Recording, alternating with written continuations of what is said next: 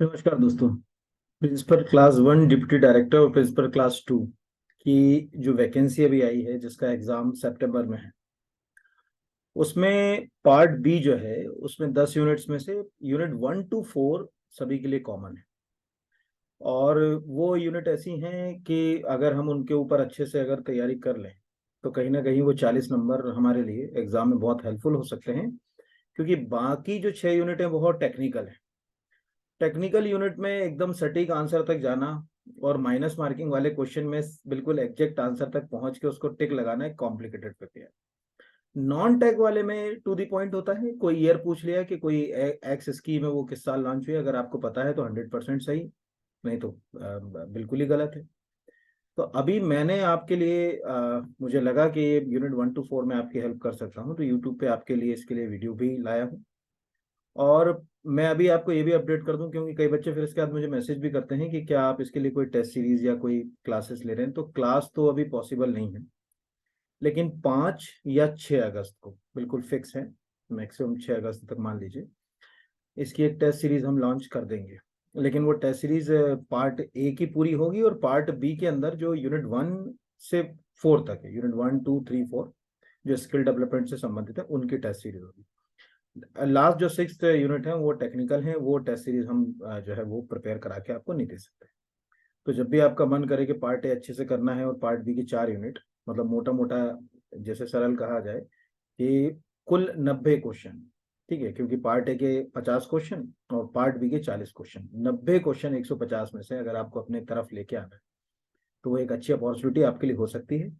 कैसे क्वेश्चन हम प्लान करेंगे और कैसे क्वेश्चन एग्जाम में आएंगे पार्ट बी के यूनिट 1 to 4 के, उसके लिए वीडियो है। तो चलिए शुरू करते हैं, देखते हैं कि किस तरह के क्वेश्चंस बनेंगे।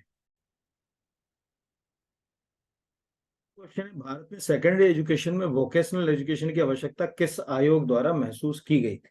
पहली बार किस आयोग द्वारा महसूस की गई थी? अब ये प्रश्न मैंने क्यों लिया, आप समझिए। आप स्किल एजुकेशन के 4 यूनिट्स कर रहे हैं, तो कम से कम आपको बेसिक ये जानकारी होना चाहिए कि स्किल एजुकेशन की शुरुआत भारत में कब हुई, कैसे इसको शुरू किया गया, अभी इसके ऊपर क्या प्रयास जो है वो किए जा रहे हैं, वो सब। तो जनरली जैसे इसके ऑप्शंस आपको मैंने रेड इसलिए कर रखा है ये, हाँ, आंसर में हमेशा रेड इसलिए कर देता हूँ आजकल कि कई बार आंसर लगाते समय और बोलते समय क्लिक कहीं और हो जाता है तो कंफ्यूज हो जाते हैं बच्चे।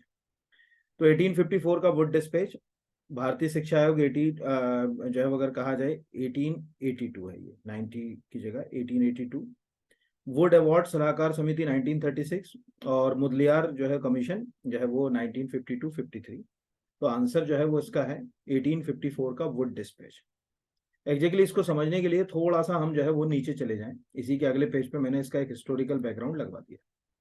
वोकेशनल एजुकेशन की कहानी स्वतंत्रता की बहुत पहले शुरू हो गई थी, यहाँ लिखा भी हुआ है कि it was Wood Dispatch of 1854 which of the first time highlights the need to introducing the vocational education at the secondary school stage। यानी ये क्वेश्चन तो एक तो इसमें 2-3 क्वेश्चन हमारे तैयार हो गए, या हो सकता है कि वो आपसे क्वेश्चन पूछ ले कि वुड डिस्पैच किस साल आया था, या वो पूछ ले कि वुड डिस्पैच में मतलब अगर कहा जाए वोकेशनल एजुकेशन के लिए किस में बात की गई थी। फिर इसके बाद ये चीज बढ़ती गई। 1882 का जो एजुकेशन कमीशन था, 1936 की जो कमेटी थी, ठीक है, फिर उसके बाद 1944 का रिपोर्ट, और बढ़ते बढ़ते बढ़ते न्यू एजुकेशन पॉलिसी जो 2020 की है, एनईपी, इसमें भी कहीं ना कहीं वोकेशनल एजुकेशन के लिए जो है जगह हमने रखी। तो ये क्वेश्चन जो है वो आने की संभावना है। इस तरह हमेशा ध्यान रखिए, किसी भी फील्ड में जो शुरुआती सबसे पहले जो कदम उठाए गए, जैसे ऐसे समझ लें इसको सरल सी भाषा में, जब हम स्वतंत्र हुए तो हमें देश के अंदर एम्प्लॉयमेंट को बढ़ाना था। अब एम्प्लॉयमेंट को बढ़ाने के 2 तरीके थे, या तो हम सरकारी नौकरियों की तरफ दौड़ लगाएं या हम उसको स्किल्ड करें। तो ज्यादा प्रॉब्लम और चैलेंजेस कहाँ थे? ज्यादा प्रॉब्लम और चैलेंजेस थे गांव में। तो सरकार ने 1979 में इंट्रोड्यूस करी थी ट्राइसेम नाम की योजना, हमेशा याद रखिए, बहुत इंपॉर्टेंट थी। और वो क्वेश्चन भी अपने आप में कंप्लीट, मतलब हो सकता है कि आपको जो है वो ट्राइसेम ही जो है वो अगर कहा जाए पूछ लिया जाए। ट्राइसेम योजना में उन्होंने टारगेट किया कि भाई जो 18 से 35 साल का जो गांव का युवा है, पढ़ा लिखा, लड़के लड़के सब हो सकते हैं उसमें, जो बिलो पॉवर्टी लाइन के अंतर्गत आता है, उसको हम क्या करेंगे कि स्किल्ड करेंगे। और स्किल्ड कैसे करेंगे, जैसे उस समय के हिसाब से बोल रहा हूँ, उन्होंने कहा साइकिल सुधारने की दुकान करा दी उसको, वेल्डिंग की दुकान करा दी, इलेक्ट्रिसिटी का काम जो है वो सिखा दिया, घर में जो है वो वायरिंग फिटिंग का काम सिखा दिया, जो मोटर बाइंडिंग होती है वो सिखा दिया। इस तरह से अगर कहा जाए कि वो प्रयास जो है वो शुरू हुआ, और उस प्रयास के कारण वो स्कीम जो है वो हिंदुस्तान के इतिहास में पहली जो है वो अगर कहा जाए कि सबसे मतलब चर्चित जो है वो अगर कहा जाए स्कीम बन गई। तो ट्राइसिम आज भी जब भी हम जो है वो अगर कहा जाए पढ़ते हैं, तो आज भी ट्राइसिम नाम की जो है स्कीम को पढ़ाया जाता है, ये याद रखिए। तो ये क्वेश्चन आपको पता होना चाहिए, मतलब हिस्टोरिकल अगर कोई चीज है, जैसे यहां पर अपन ने लिख लिया ट्राइसिम, ठीक है, जैसे ये एक हिस्टोरिकल फिगर हो गया ना, वुड डिस्पेच अपने आप में एक हिस्टोरिकल फिगर है, इसको हम बदल नहीं सकते। तो ट्राइसिम जो है वो अगर 15 अगस्त 1979 को आया, आज भी गांव के अगर पुराने लोगों से पूछोगे, क्योंकि काफी हो गए, 40 साल से ऊपर हो गए उसको स्कीम को, तो बता देंगे हाँ साहब ये ट्राइसिम नाम की जो है वो स्कीम जो है वो उस समय जो है वो चलती थी, training to rural youth for self employment. और आपकी जो 4 यूनिट हैं जिनकी अभी आप तैयारी कर रहे हो वो सेल्फ एम्प्लॉयमेंट से ही जुड़ी हुई हैं, और ये रूरल डेवलपमेंट से संबंधित स्कीम थी, और ये मेरे हिसाब से भारत में पहली ऐसी स्कीम रही होगी जो इस दिशा में उसमें काम किया गया हो। दूसरा है राष्ट्रीय व्यावसायिक शिक्षा और प्रशिक्षण परिषद के बारे में कौन सा कथन असत्य है, which of the following statement is incorrect about national council for vocational education and training. तो पहले तो यह है कि ये काउंसिल के बारे में बात करें, ठीक है, आंसर तो आपको दिख ही रहा है कि उसके आंसर जो है वो कौन सा कथन असत्य है। तो परिषद के अध्यक्ष की नियुक्ति राष्ट्रपति के द्वारा की जाती है, ये गलत है। पहले ये क्यों गलत है वो मैं आपको पहले नीचे बता दूं। यहाँ पर यहाँ लिखा हुआ है कि chairman to be appoint by central government, यानी ये साफ है कि जो अध्यक्ष होगा उसकी नियुक्ति केंद्र सरकार के द्वारा की जाएगी, राष्ट्रपति के द्वारा नहीं की जाएगी। ये तो हमारे लिए ये एक इसको ब्लैक कर ले, ये तो हमारे लिए साफ कंसेप्ट जो है वो क्लियर हो गया कि कौन करेगा। अब इसके दूसरे हिस्से की ओर जाते हैं। पहले तो आपको ये थोड़ा सा पता होना चाहिए कि ये national council for vocational education and training है, इसके लिए सरकार ने प्रयास कैसे शुरू किया, यानी कब से इसका जो है वो प्रयास सरकार के द्वारा शुरू किया गया। तो एग्जैक्टली क्या हुआ कि ये आपको दो इसमें ये डेट याद रखना पड़ेगी। पहली डेट है 10 अक्टूबर 2018। इस दिन क्या हुआ, कैबिनेट की एक बैठक, और कैबिनेट की बैठक में इस बात को अधिसूचित करने के लिए प्रयास हुआ कि भाई हमको जो है वो व्यावसायिक शिक्षा और प्रशिक्षण परिषद के लिए काम करना है। और फाइनली अधिसूचना के बाद जो है वो उस पर प्रयास हुआ, और फिर सरकार ने बकायदा गजट नोटिफिकेशन जारी कर दिया इसका 5 दिसंबर को। 5 दिसंबर 2018 को एक राजपत्र अधिसूचना जारी हुई, और इस राजपत्र अधिसूचना के अंदर जो है वो मतलब कई सारी बातें थी, जिसमें से जो उसका अध्याय 2 था वो राष्ट्रीय व्यावसायिक शिक्षा और प्रशिक्षण संस्थान के बारे में था।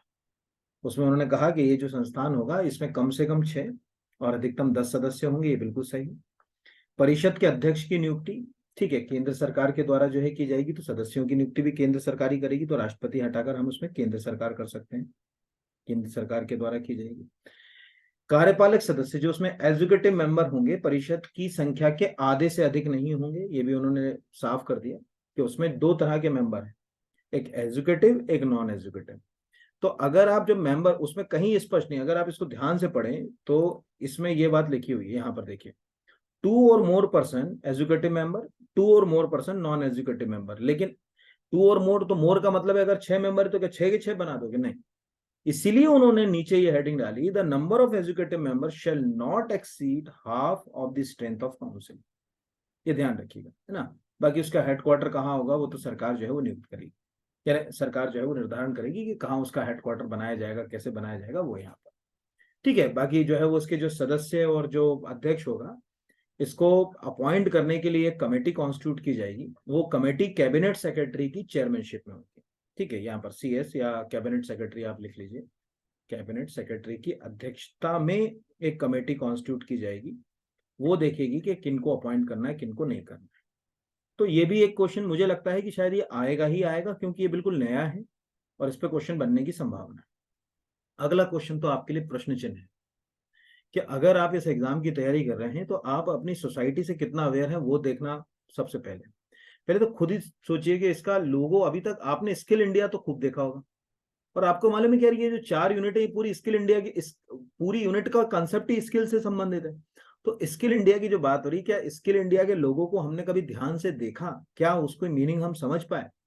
तो यहाँ पर आपको दिख रहा होगा कि इस लोगों की कुछ विशेषताएं, और ये मैंने मन से नहीं लिखा, ये उनकी ऑफिशियल वेबसाइट पे लोगों के डिस्क्रिप्शन को लिखा है, मैंने वही चीज डाली है इसमें, कि स्किल इंडिया लोगों की मुट्ठी बांधे हाथ में पाना और पेंसिल।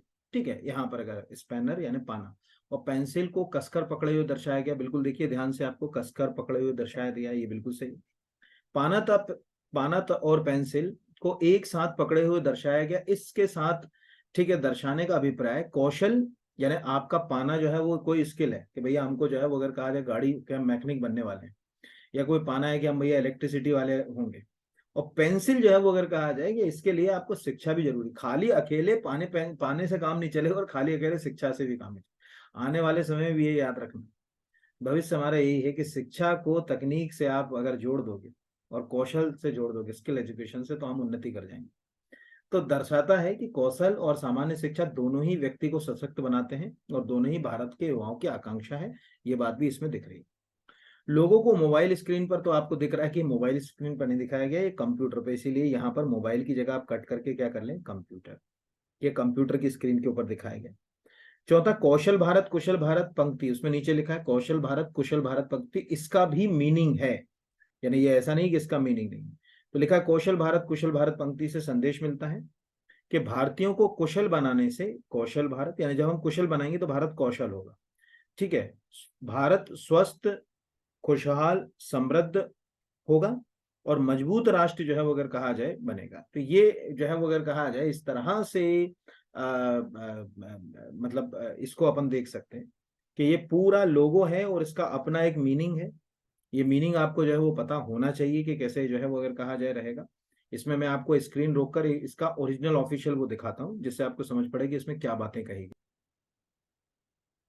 अब देखिए मैंने आपको लोगो दिखाया है, लोगो इस तरह का है, ये डिस्क्रिप्शन है। स्किल इंडिया लोगों की मुट्ठी बांधे हाथ और पाना पेंसिल को कसकर पकड़े हुए दर्शाया गया है। ये मजबूती से दर्शाना किसी व्यक्ति की कौशल प्रदान करने को सशक्त बताता है। दूसरा, पाने को बोलचाल में हिंदी में चाबी भी कहते हैं। इसका अर्थ है कि व्यक्ति की संभावनाओं के द्वार कौशल रूपी चाबी से खुलते हैं। ये बिल्कुल सच बात है।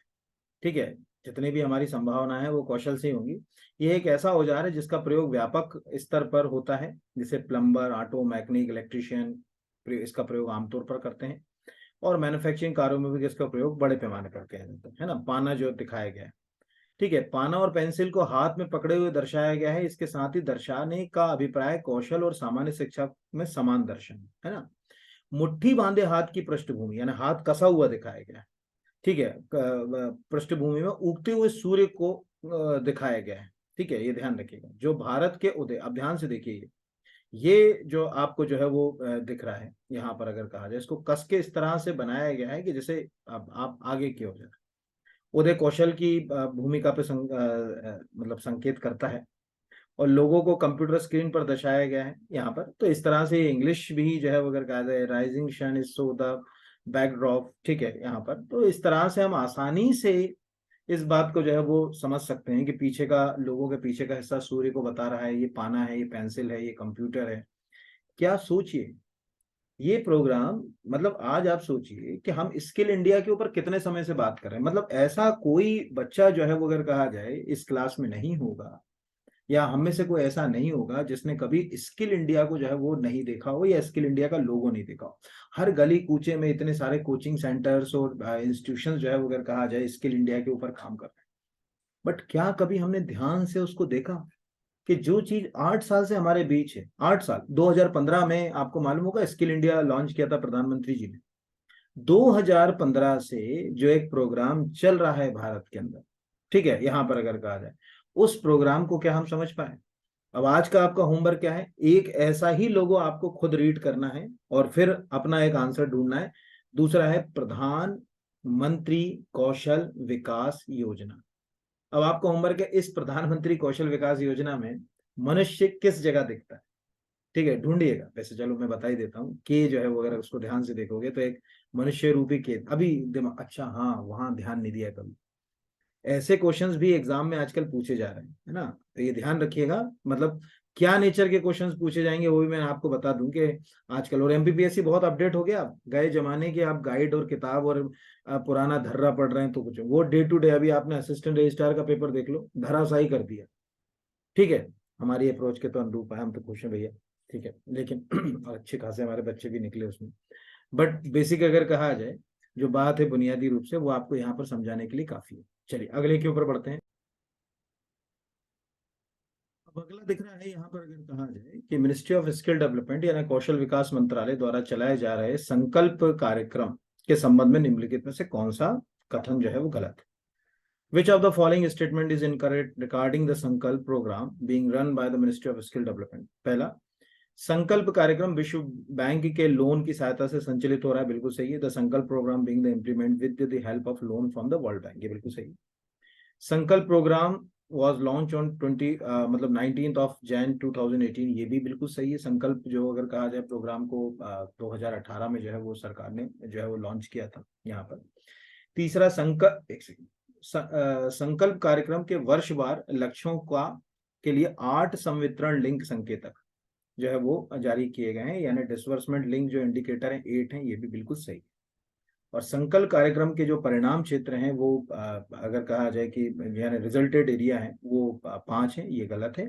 संकल्प प्रोग्राम को कभी आप ध्यान से पढ़ें तो उसमें ये जो एरिया है यहाँ पर की रिजल्ट एरिया जो बनाए गए हैं वो 3 जो है वो अगर कहा जाए कि रिजल्ट एरिया संकल्प प्रोग्राम के अंदर जो है वो रखे गए, और 8 इसमें संकेतक हैं, ये आपको जो है वो याद रखना। तो एक क्वेश्चन ये आपका पूरा तैयार करा दिया मैंने। इस पे और भी क्वेश्चंस बन सकते हैं और भी इस तरह के क्वेश्चंस आ सकते हैं। पहला तो आपको 2-3 क्वेश्चन खुद तैयार करना है। पहला तो संकल्प का फुल फॉर्म, की रिजल्टेड एरिया कौन कौन से 3 हैं वो, और जो 8 उसके अगर कहा जाए डीएलआई है वो आप धीरे धीरे करके याद करेंगे। जितने भी डीएलआई 8 हैं, मैं एक दिखा देता हूँ आपको, एक आध उसका डीएलआई का यहाँ पर। तो जैसे इसको दिखाने के लिए हम सिंपल सा कंसेप्ट कर सकते हैं, हम इंटरनेट का उपयोग कर सकते हैं यहाँ पर। और जैसे हम इंटरनेट पर जाएंगे हम, तो यहाँ हम संकल्प टाइप करेंगे, स्क्रीन आपको दिख ही रहा होगा। और संकल्प को टाइप करने के बाद जैसे हम यहाँ गए, ठीक है, ये हमारा संकल्प आ गया। हम संकल्प के अबाउट अस पे चले गए, और जब हम संकल्प गए तो हमको ये पता चला कि 19th of Jan 2018 has been turn till March 2018 के लिए 23 के लिए इसको शुरू किया गया। आपको दिख रहा है कि संकल्प है 3 की रिजल्ट एरिया, ये 3 रिजल्ट एरिया दिख रहे हैं, ये आपको पता होना चाहिए। और उसके डीआईएल जो है वो है ये 8, ये 8 डीआईएल आपको पता होना चाहिए संकल्प के। इनमें से कोई क्वेश्चन जो है वो पूछा जा सकता है। ये संकल्प की वेबसाइट के ऊपर है, ऑफिशियल वेबसाइट, यहाँ से आपको जाकर खुद भी जो है उसको जो है वो देख सकते हैं। ये मतलब आपको जो है वो याद रखना है, इसमें से कोई भी क्वेश्चन जो है वो आपका बन सकता है, क्या बनेगा वो देखने वाली बात है। चलिए अगले क्वेश्चन की ओर बढ़, बोलता है आपके सिलेबस में ही है, मध्य प्रदेश सिविल सेवा सेवा की सामान्य शर्त नियम 1961, ये आपके सिलेबस में है। हालांकि उसमें केवल इतना ही लिखा है Madhya Pradesh civil service rule. तो पहले तो याद रखिएगा, सिविल सेवा के जो रूल हैं उसके 2 हिस्से हैं। एक है सिविल सेवा रूल 1961, यानी सिविल सेवाओं के बारे में है इसमें कि भाई पद मतलब कितने तरह से रिक्रूटमेंट होगा। तो उन्होंने कहा सब 3 तरह से हम भर्ती कर सकते हैं, है ना, या तो हम डायरेक्ट रिक्रूटमेंट करें, या प्रमोशन करें, या ट्रांसफर से करें। ठीक है, प्रोविजनरी पीरियड क्या होगा, ठीक है, या अगर कहा जाए छुट्टी कैसे लोगे, ये सब जो है वो इसके अंदर दिया है। दूसरा है आचरण नियम, ध्यान रखना कंफ्यूज, क्योंकि कई बच्चे बहुत मतलब अगर कहा जाए खुद ही कंफ्यूज जाते, वो लगाते कि यार हमने तो 65 पढ़ा, ये तो 61 पढ़ा रहे। तो 61 वाला जो है ये मध्य प्रदेश सिविल सेवा, ठीक है, अगर सेवा की सामान्य शर्त नियम है। 65 का है मध्य प्रदेश सिविल सेवा आचरण नियम, वहां कोष्टक में आचरण आ जाएगा, वो कंडक्ट रूल है। ठीक है, उसको कंडक्ट रूल के नाम से जो है वो जाना जाता है। और इसमें जो है वो सेवाओं का वर्गीकरण जो है वो कितने तरह की सेवा होंगी, तो क्लास 1 बिल्कुल सही है, क्लास 2 बिल्कुल सही है, क्लास 3 के 2 कैटेगरी है।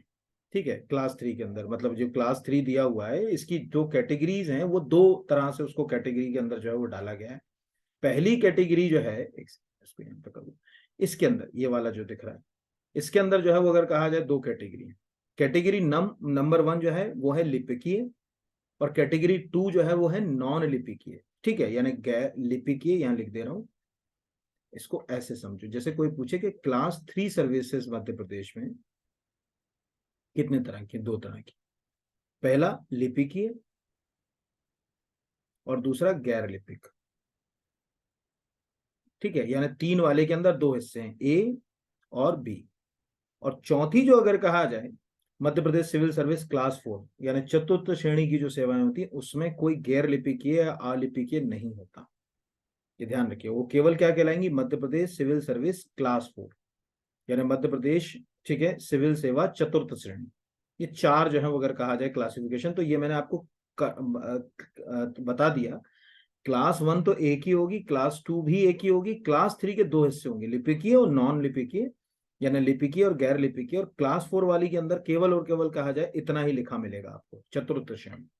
इसमें कोई जो है वो अगर कहा जाए इस तरह से तो 61 में। और ये नियम भी आपको एक और जानकारी में अपडेट कर दूं, ये नियम ऐसे मन उठा के नहीं बनाए जाते। कॉन्स्टिट्यूशन के आर्टिकल 309 के प्रोविजन के तहत राज्यपाल बनाए। ठीक है, ये ध्यान रखना। भारत के संविधान, जब भी आप नियमों को पढ़ोगे उसमें बड़े अक्षर में लिखा रहेगा कि भाई भारत के संविधान के अनुच्छेद 309 में दिए गए प्रावधानों के तहत राज्यपाल इनको अधिसूचित करेगा। ये हमेशा याद रखना नियम है। तो अंतर याद रहेगा। और भी इसके अंदर बहुत सारे प्रोविजंस हैं, धीरे धीरे आपको जब वीडियो देंगे तो उसमें करेंगे कोशिश जितनी बन जाएगी समय परिस्थिति के लिए। यहाँ पर अगला है, निम्नलिखित में से किस एक योजना और पहल का क्रियान्वयन प्रशिक्षण महानिदेशालय के माध्यम से किया जाता है। Which one of the following scheme और initiative is being implemented through the director general of training. ठीक है, प्रशिक्षु अधिनियम 1961 के तहत प्रशिक्षु प्रशिक्षण, क्षमता निर्माण योजना, प्रस्थान पूर्व अभिमुखी जो है अगर कहा जाए प्रशिक्षण, और रोजगार मिल। तो इसमें हमेशा याद रखिएगा 2 चीजें। एक तो ये, इसमें 2 क्वेश्चन तैयार हो गए। पहला कि जो डायरेक्टर जनरल ऑफ ट्रेनिंग है वो ये देख रहा है ये वाला स्कीम। दूसरा आपको एक नई चीज क्या मिली कि जो अप्रेंटिस जो है अगर कहा जाए एक्ट है 1961 का है, यानी ये भी अपने आप में कंप्लीट क्वेश्चन है कि आपसे पूछेगा कि जो अप्रेंटिस एक्ट है वो कब बनाया गया। कई लोगों ने अप्रेंटिस किया होगा, आईटीआई से जुड़े होंगे, उनको यही नहीं मालूम है कि उनके लिए एक एक्ट बनाया गया सरकार की तरफ, और वो एक्ट कब बनाया गया ये ना मालूम हो तो गड़बड़। तो ये स्कीम, बाकी ये 3 स्कीम अगर दिख रही हैं, फिर ये किस स्कीम, तो बाकी जो 3 स्कीम है वो एनएसडीएस स्कीम।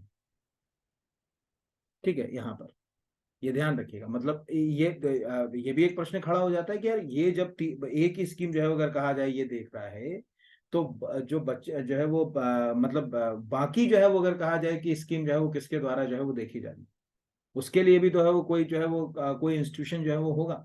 वो इंस्टीट्यूशन जो है वो अगर कहा जाए कि कौन सा है तो वो है एनएसडीसी नाम का। अब कई बार जो है वो एनएसडीसी में भी कंफ्यूज जाते हैं, तो एनएसडीसी 2008 से काम कर रहा है, नेशनल स्किल डेवलपमेंट कॉर्पोरेशन। तो ये भी याद रखिएगा, ये 3 में मैं सामने लिख दे रहा हूं। इनका सरोकार है नेशनल, यहाँ पूरा पूरा तो नहीं लिख, चलो मैं थोड़ा ही लिख देता हूँ, नेशनल स्किल डेवलपमेंट, और इसमें इंग्लिश नाम याद रखिएगा, एग्जाम में ध्यान रखिएगा सब, डेवलपमेंट कॉर्पोरेशन। ये देखता है क्षमता निर्माण योजना, रोजगार मेला, प्रस्थान पूर्व जो है अगर कहा जाए कि अभिमुखी जो है वो प्रशिक्षण, ये सब इसको हमने जो है वो दे रखा।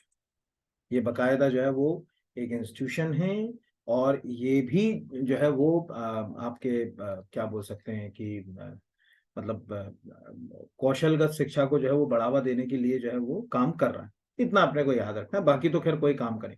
हाँ, लेकिन जो इसमें काम की चीज जो क्या थी, एक तो डायरेक्टर जनरल ऑफ ट्रेनिंग के बारे में आपको अच्छे से पता होना चाहिए क्या है।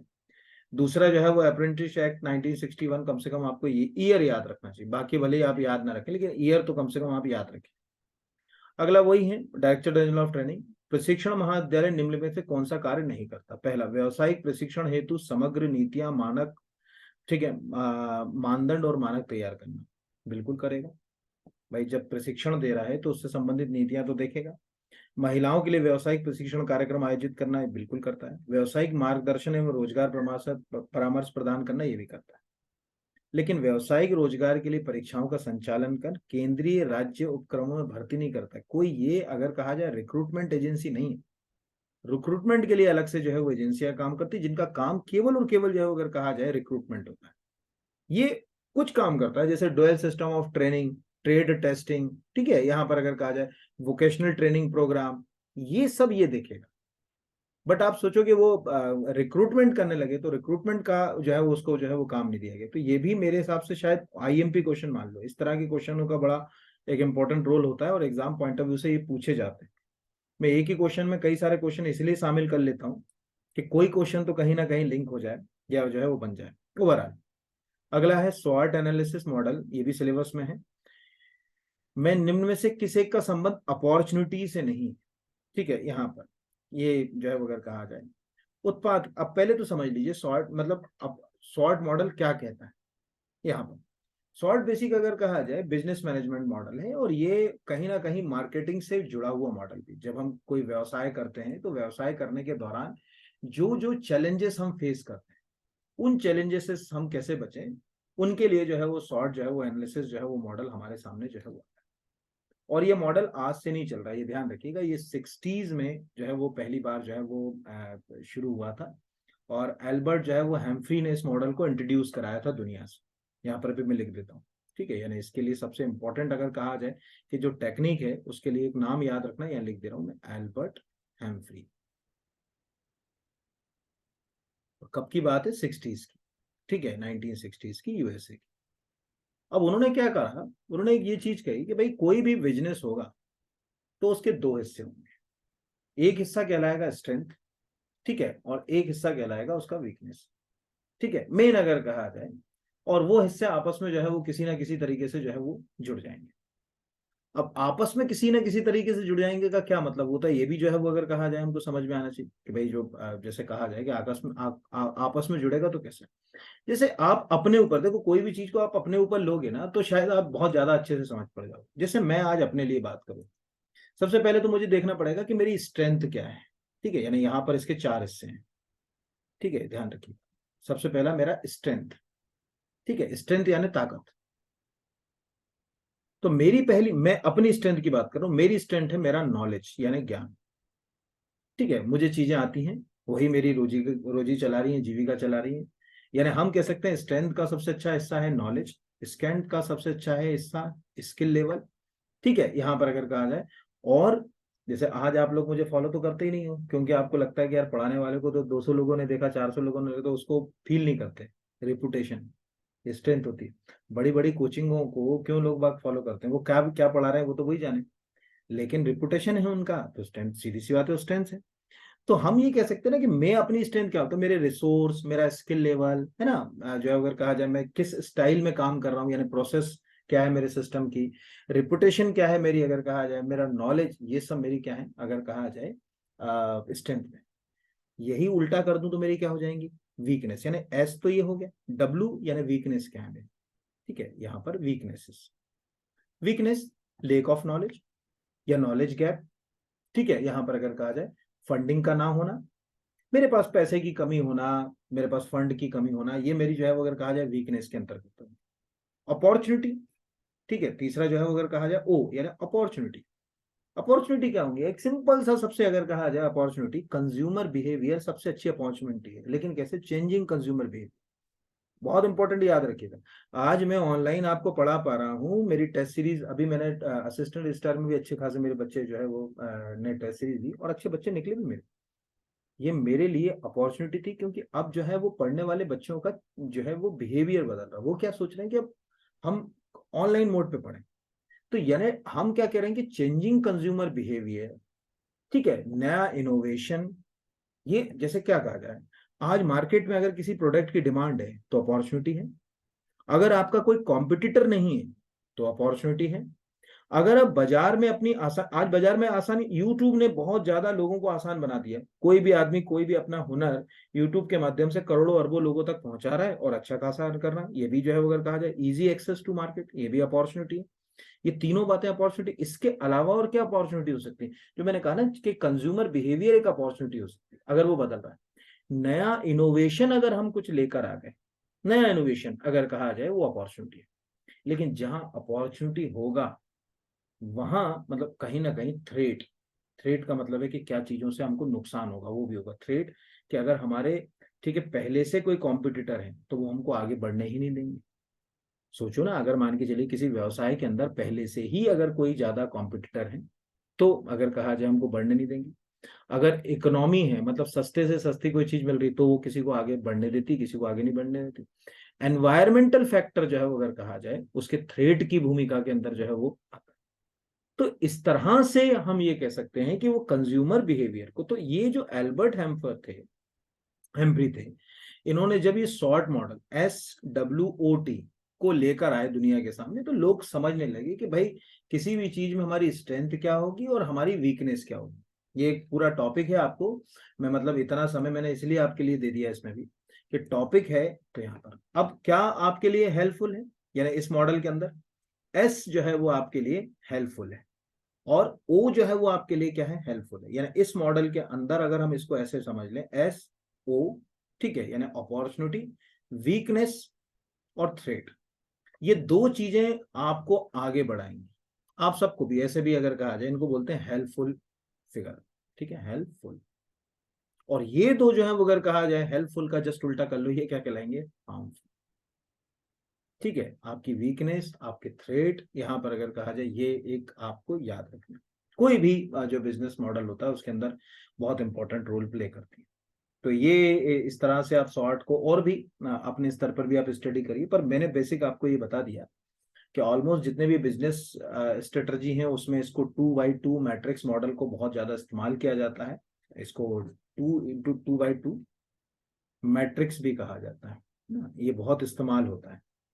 तो आप समझ ही गए होंगे कि अपॉर्चुनिटी कौन सी नहीं है। ऑलरेडी अगर 50 की प्लेयर हैं तो आपको कोई अपॉर्चुनिटी उसमें ज्यादा नहीं मिलेगी।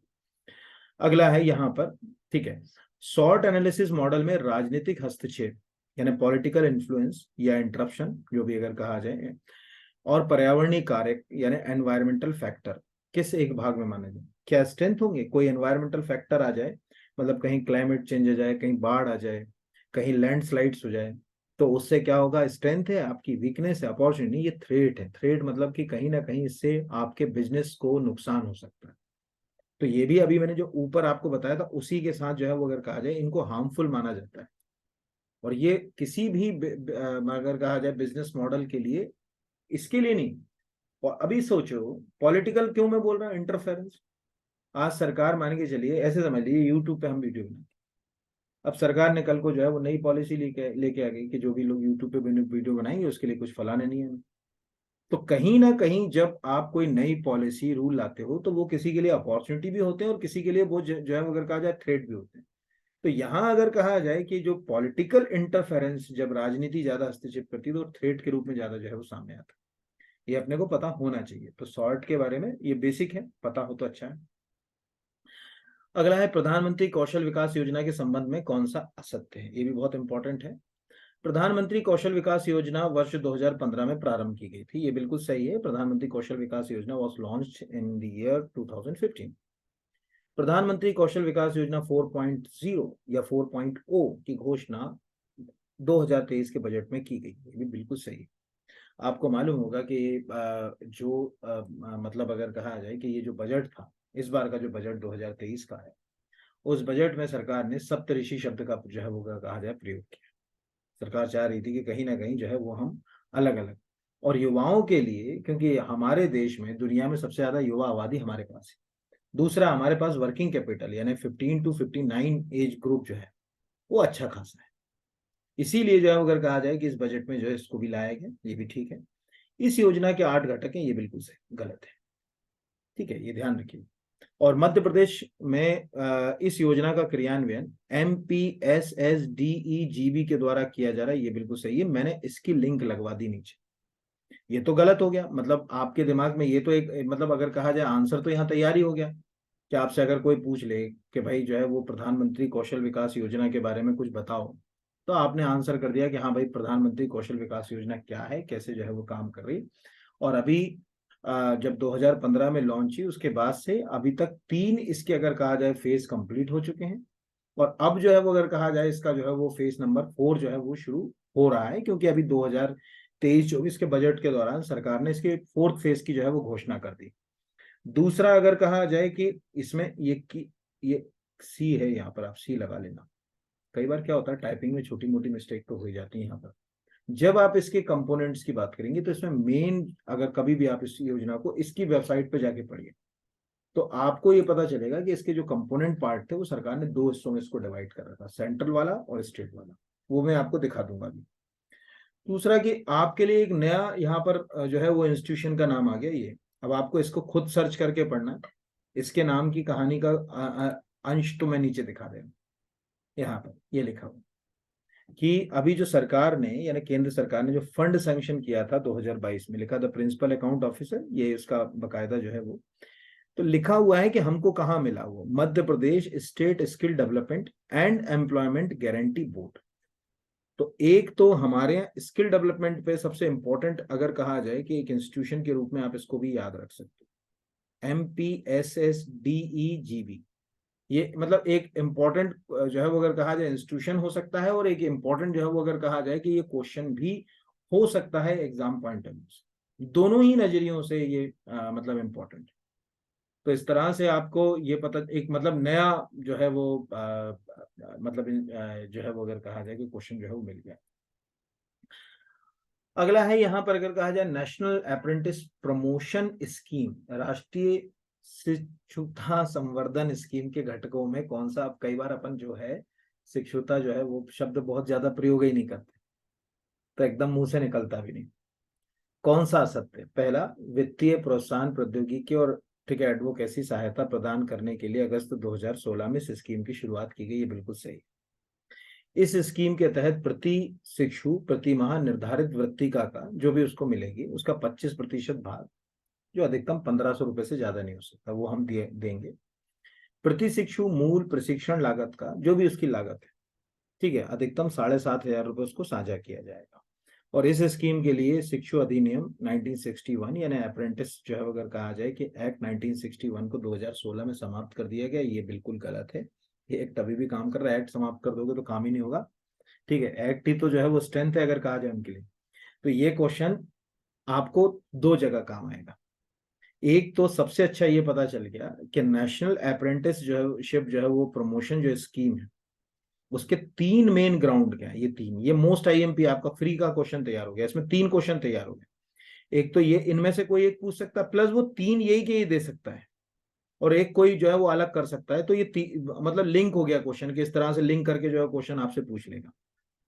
और दूसरा आपको ये भी पता चल गया, जैसे इसी प्रश्न को ये पूछ लेता कि भाई नेशनल अप्रेंटिस जो है वो प्रमोशन स्कीम के तहत जो अप्रेंटिस है उसको पर मंथ मैक्सिमम कितना रुपए जो है वो मिल सकता है। मैक्सिमम जो है वो 1500 रुपए, 2000 रुपए, 2500 रुपए, 3000 रुपए।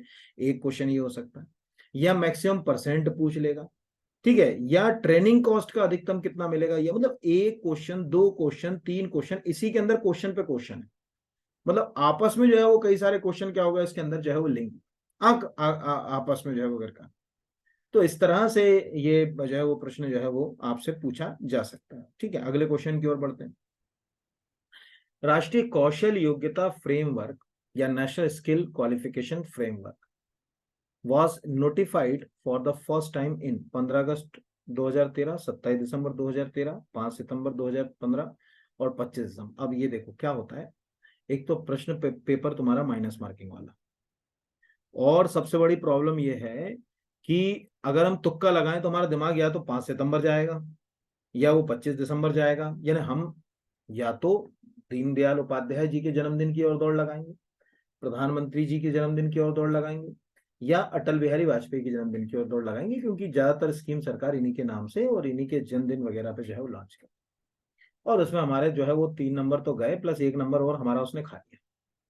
तो टू दी पॉइंट भी क्वेश्चन होते हैं। इसका 27 दिसंबर है, मैं आपको दिखा भी दे रहा हूँ, इसकी मैंने फाइल नीचे लगाई है।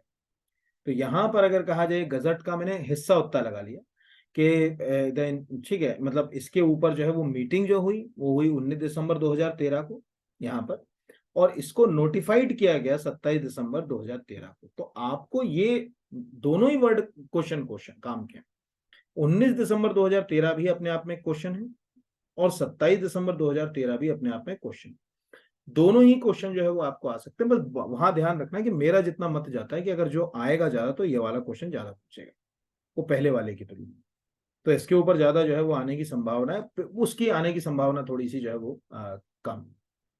फिर अगला, देश का पहला स्किल इंडिया इंटरनेशनल सेंटर का शुभारंभ अप्रैल 2022 में कहाँ किया। अब ये 1 लाइन क्वेश्चन है प्लस ये करंट अफेयर्स का क्वेश्चन है, यानी अब आपको दो चीजें मिल गई।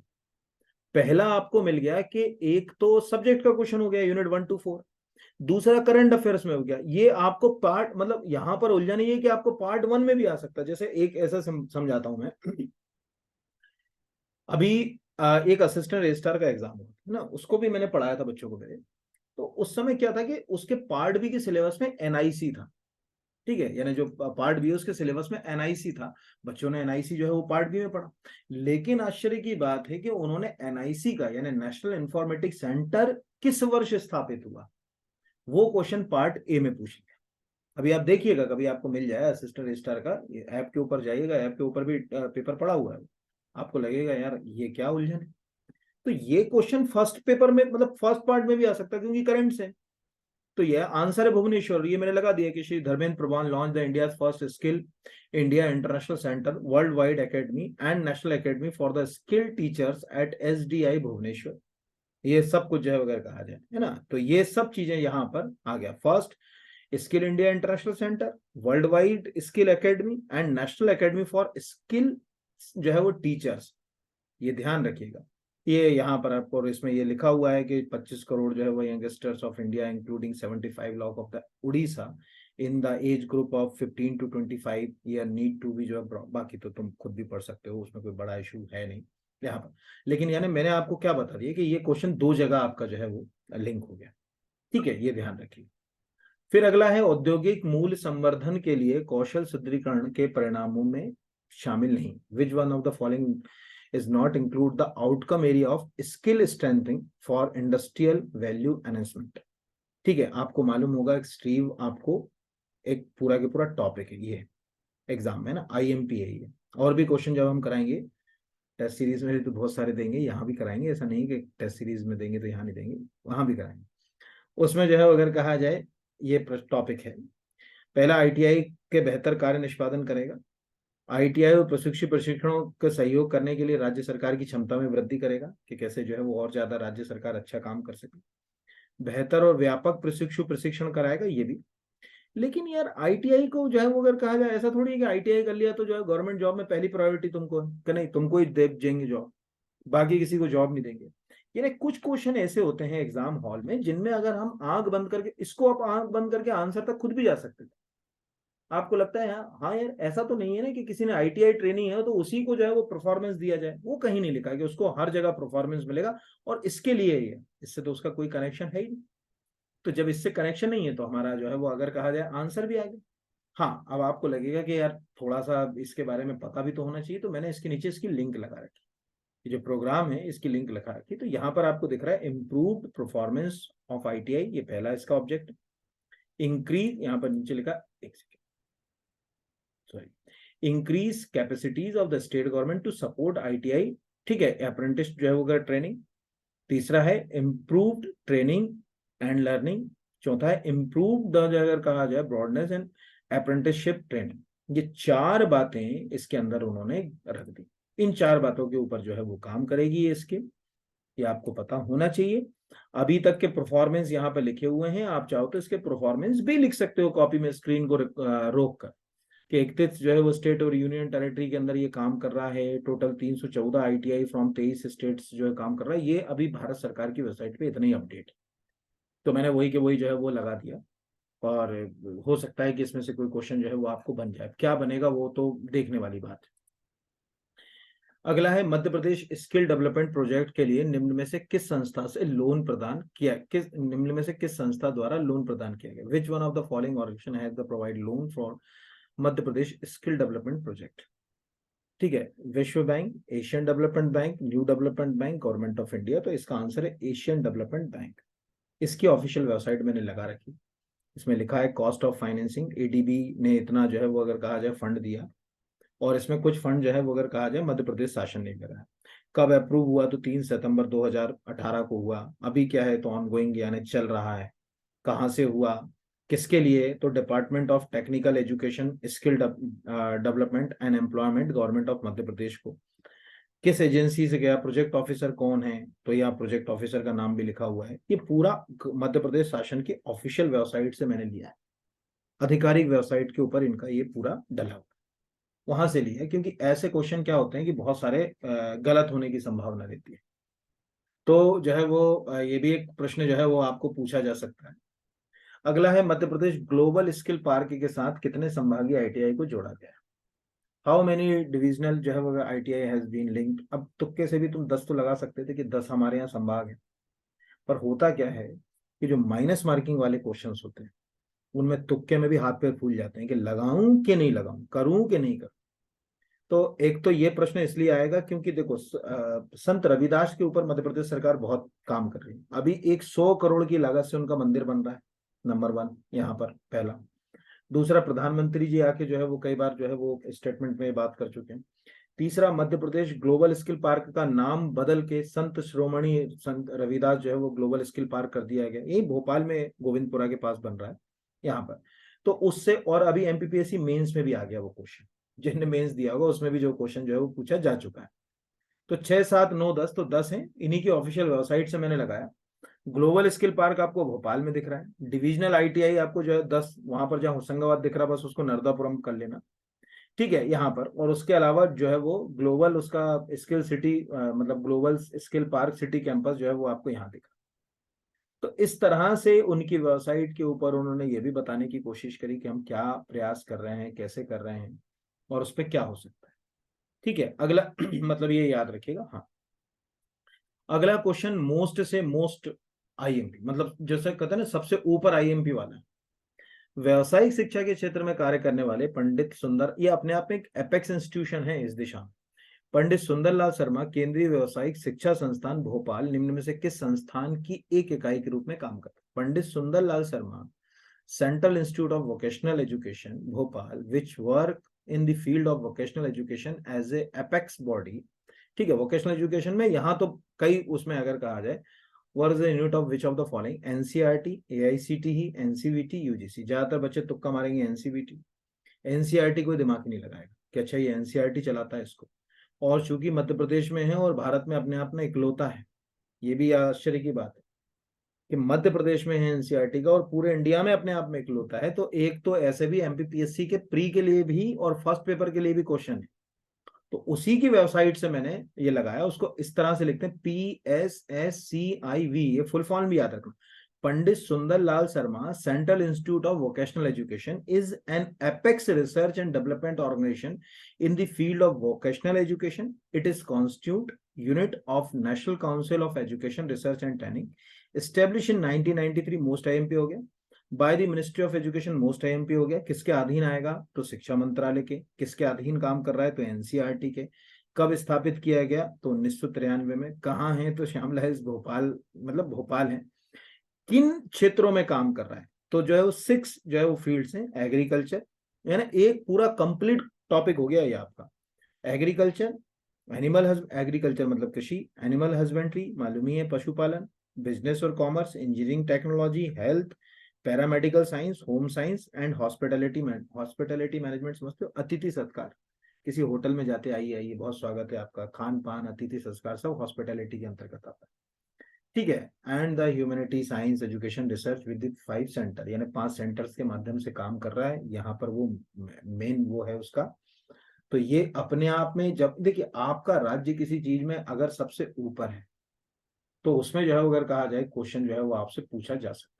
मतलब अगर आपका राज्य, मतलब हमारा राज्य अगर कहीं सबसे ऊपर है तो वो प्रश्न जो है वो आपसे जो है वो पूछेगा ही पूछेगा। ठीक है, अगले क्वेश्चन की ओर बढ़ते हैं। अगला है, मुख्य निम्नलिखित में से कौन सा मुख्यमंत्री कौशल्या योजना से जो है वो अगर कहा जाए का उद्देश्य नहीं? पहला, रोजगार अथवा स्वरोजगार प्रदान करने वाले के लिए महिलाओं को आवश्यक कौशल प्रदान करना। ठीक है, ये याद रखिएगा, ये बिल्कुल सही है। दूसरा, महिलाओं को रोजगार के अवसर में वृद्धि करना, ये भी सही है। गैर परंपरागत क्षेत्रों में कौशल प्रदान करने के लिए सुनिश्चित करना, ये भी सही है। और महिलाओं को 1,000 रुपये, ये गलत भी होगा बहुत सारे बच्चों, क्योंकि उनको लगेगा कि अभी 1,000 रुपये जो महिलाओं को मिल रहा है लाडली बहना के तहत, कहीं वो इसी योजना से तो लिंक नहीं है। कई बार दिमाग लगा लेते हैं। तो इसमें मैं आपको एक स्टिकर दिखाता हूँ इसका, वो देखिए पहले। जैसे मैंने यहाँ ये लगा दिया, मुख्यमंत्री कौशल्य योजना। अब इसके बारे में लिखा ही हुआ है यहाँ पर कि रोजगार अथवा स्वरोजगार प्राप्त करने के लिए महिलाओं को आवश्यक कौशल प्रदान करना। गैर परंपरागत क्षेत्रों में कौशल प्रदान कर महिलाओं की भागीदारी सुनिश्चित करना, महिलाओं के रोजगार अवसर की वृद्धि करना, प्रशिक्षण उपरांत पारिश्रमिक स्तर पर वृद्धि हासिल करना। ठीक है, इस योजना के तहत प्रशिक्षण निःशुल्क है। ठीक है, एक्चुअल क्या है, ऐसे क्षेत्रों में ये महिलाओं को ला रहे हैं जो परंपरागत रूप से महिलाओं से जुड़े हुए नहीं थे, है ना। फॉर एग्जाम्पल देखो, हेल्थ केयर ये महिलाएं थी, लेकिन टूरिज्म और हॉस्पिटैलिटी से ज्यादा जुड़ी हुई थी।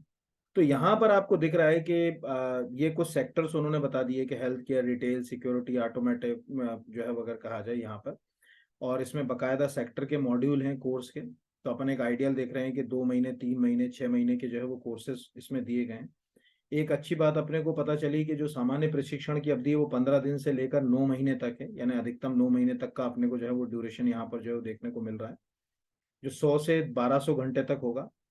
लक्ष्य क्या है, औपचारिक शिक्षा। मतलब ये मैं आपको इसलिए दिखा रहा हूँ कि अभी हमारा मन क्या करता है यार, एक लाइन पढ़े और एग्जाम क्वालिफाई हो जाए। ऐसा नहीं चलेगा ना भैया। आपको ये पता होना चाहिए 2017-18 से हो रहा है काम इसमें।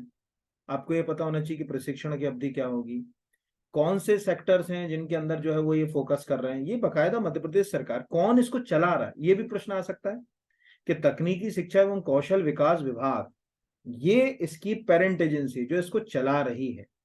ठीक है, यानी इसको कोई चला रहा है, और इसका पूरा नाम क्या है, कौशल विकास संचालनालय, मध्य प्रदेश राज्य कौशल विकास मिशन के तहत ये जो है वो अगर कहा जाए योजना, कौशल्या जो है वो योजना जोड़ी गई।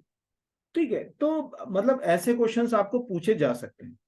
तो मुझे लगता है कि ये क्वेश्चंस आपको बनना चाहिए, या इन क्वेश्चंस में से कोई अगर आ जाए तो आपसे आसानी से आंसर तक पहुंच जाना चाहिए। तो ये आज के क्वेश्चंस मैंने आपको कराए, कुछ लगभग 17-18 क्वेश्चंस आप कराए, और ऐसे ही वीडियो आपको उपलब्ध कराऊंगा। चैनल को सब्सक्राइब नहीं किया है तो प्लीज चैनल को सब्सक्राइब कीजिए। कमेंट बॉक्स में लिखिए कि आपको कैसे लगे ये क्वेश्चन। टेस्ट सीरीज अगर आप ज्वाइन करना चाहते हैं, पार्ट ए का कंप्लीट और पार्ट बी की यूनिट 1 to 4, तो 6 दिन रुक जाइए। मैं आपको प्रॉमिस कर रहा हूँ कि ऐसी टेस्ट सीरीज दूंगा आपको कि आप बिल्कुल याद करोगे एग्जाम हॉल से निकलते समय कि हाँ बिल्कुल टू दी पॉइंट एक्यूरेट जो क्वेश्चन का नेचर होता है उस नेचर की टेस्ट सीरीज, ये मैं प्रॉमिस कर दे रहा हूँ। क्योंकि अप्रोच तक जाने वाली टेस्ट सीरीज बना के देंगे आपको, और जो नेक्स्ट वीडियो लेकर आएंगे उसमें आपको बता भी देंगे टेस्ट सीरीज कितने की होगी, क्या होगा, कितना कंटेंट मिलेगा। ज्यादा से ज्यादा मैंने कहा ना कि अगस्त के फर्स्ट वीक्स में आपको मिल जाएगी वो टेस्ट सीरीज, ज्यादा से ज्यादा, क्योंकि अभी आपके पास समय कम है। एग्जाम लगभग 1 महीने ही, 1.5 महीने बचा है। तो 1 महीने अगर उन टेस्ट को आप बार बार रिवीजन करेंगे तो ये 4 यूनिट और वो 10 यूनिट, मतलब 5 यूनिट वो वाली पहले पेपर की, वो तैयार हो जाएंगे। अभी जैसे कुछ बच्चों का रहता है कि असिस्टेंट एक कराधान सहायक की परीक्षा की टेस्ट सीरीज, उसको भी हम ला रहे हैं। टेस्ट सीरीज हम कट पेस्ट क्वेश्चन नहीं बनाते। कई बार लोगों को लगता है कि यार कट पेस्ट करा और क्वेश्चन पेपर, इस पूरे पेपर में आप एक क्वेश्चन कहीं इंटरनेट पे नहीं ढूंढ सकते, ये मैं आपको प्रॉमिस कर। कोई आप ये नहीं कह सकते कि सर ये देखिए आपका क्वेश्चन यहाँ पर लिखा हुआ है, आपने वहीं से कॉपी कर लिया। ये मैं आपको चैलेंज कर दे रहा हूँ अभी, क्योंकि हम क्वेश्चन खुद सोचते हैं, खुद उसकी अप्रोच तक जाते हैं और वहां से अपनी अप्रोच पर क्वेश्चन को डिजाइन करते हैं। इसलिए टेस्ट सीरीज बनाने में थोड़ा टाइम लग जाता, पर ये आ जाएगी। मतलब मैक्सिमम जो है वो अगस्त का पहला सप्ताह है ना, 7, 8 या 10 अगस्त तक आपको किसी भी स्थिति में मिल जाएगी, बढ़िया हेल्दी। उसके जस्ट बाद ये टेस्ट सीरीज जैसी शुरू हो जाएगी तो कराधान सहायक वालों की टेस्ट सीरीज के ऊपर काम करेंगे। चलिए, बहुत शुभकामनाएं, बहुत ईमानदारी से करिए, और एक बार बताइए जरूर कि आपको कितना समझ आ रहा है, क्या लग रहा है, वो सब आंसर्स आपको मिल जाएंगे। और ये 4 यूनिट के लिए सिलेबस अभी दिख गया मुझे सामने। तो एक तो माइनस मार्किंग वाला है, ये शुरू की 5 यूनिट, इसके लिए आप हमारे साथ निर्भर हो जाइए, हमारे ऊपर, हम कराएंगे आपको पूरा अच्छे से प्लान।